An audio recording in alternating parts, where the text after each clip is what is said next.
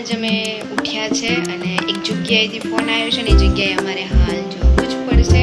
But જો ઉઠ્યા છે એટલે થોડા ફ્રેશ થઈ ગયા. ફ્રેશ થઈને અત્યારે અમે બનાવી છે ચા પીને જ અમે નીકળીશું.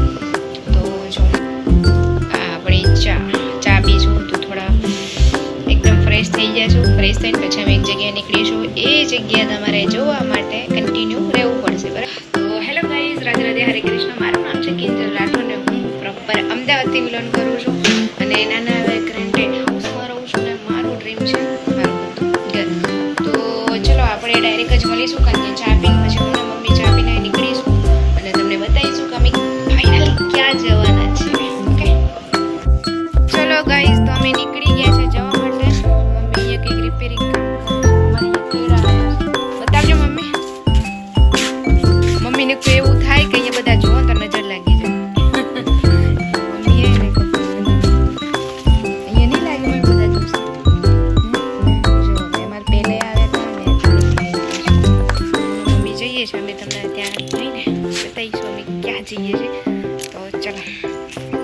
તો ફાઇનલી હું જે કહેતી હતી શોપ ઉપર હું આવી ગઈ છું અને મમ્મીને પણ નથી ખબર. મમ્મીને મેં કાલે જ કીધું નહીં મમ્મી, તો મમ્મી પણ બહુ ખુશ થઈ ગઈ હતી કે અમે કંઈક આવું કરવાના છે.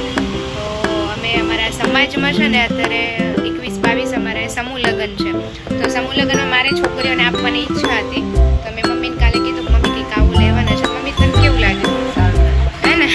મમ્મી બહુ ખુશ થઈ ગઈ હતી કે ના મારી પણ ઈચ્છા હતી પણ સમય સંજોગે એવી પરિસ્થિતિ હોય કે નથી આપી શકતા ને. અત્યારે એવું છે કે ભાઈ આપી શકીએ છીએ, તમે આપવાના છે.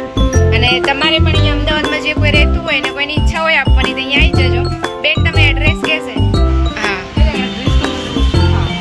તો અહીંયા કઈ જગ્યાએ છે એક્ઝેક્ટ?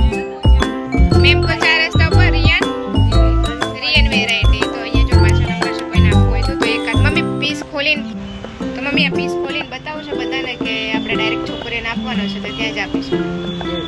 બતાવું નહીં? તો ભાઈ મમ્મીનું કહેવું એમ છે કે બતાવું નહીં એટલે અમે બતાવીશું નહીં. પણ જો અહીંયા આવી રીતે કંઈક બોક્સ છે. બોક્સની અંદર જે છે સરપ્રાઈઝ જ રહે છે કારણ કે અમારે આપવાનું છે એટલે. બરાબર? તો અમે લઈ લઈએ પછી મળીએ આગળ. તો મમ્મીને હવે અમે નીકળી ગયા છે ઘરે હાલ લઈને. તો ઘરે જઈએ છીએ ને, ઘરે જઈને પપ્પાને બતાવીશું ને. કઈ મમ્મી કંઈ કેવું થાય? કંઈ કેવું તારે? હે? ઘણા લોકો કારણ કે જોશે તો ઘણા લોકોની ઈચ્છા થશે. આપણે આપીએ છીએ, ઘણા લોકોને એવું હોય છે કે ભાઈ આપવું તો એમને ઈચ્છા થશે. તો એ તારા મનનું કંઈ કેવું કે કેવું લાગ્યું તને? એમ બસ ખાલી હા ને? સરસ. ચલો તો ગાઈઝ, હું ને મમ્મી આવી ગયા છે ઘરે અને પપ્પા ઊંઘી ગયા હતા. પપ્પાને મેં ઉઠાડ્યા છે બતાવવા માટે. તો પપ્પાનું રિએક્શન શું છે, એમનું કેવું શું થાય છે આપણે સાંભળીએ.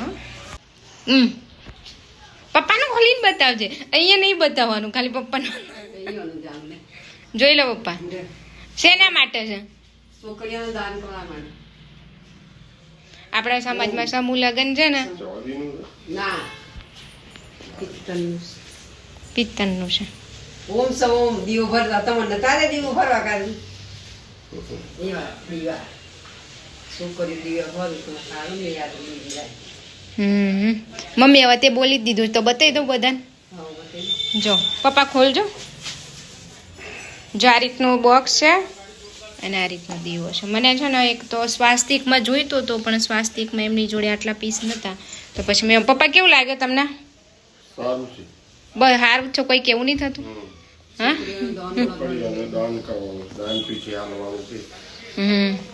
અને ઘણા લોકોને એવું વિચારે છે કે ભાઈ આપણે બતાવીએ છીએ પણ બતાવવાનું કારણ એ છે કે અહીંયાથી બધા ઇન્સ્પાયર થાય કે ઘણા લોકો પણ કરી શકે છે. બરાબર?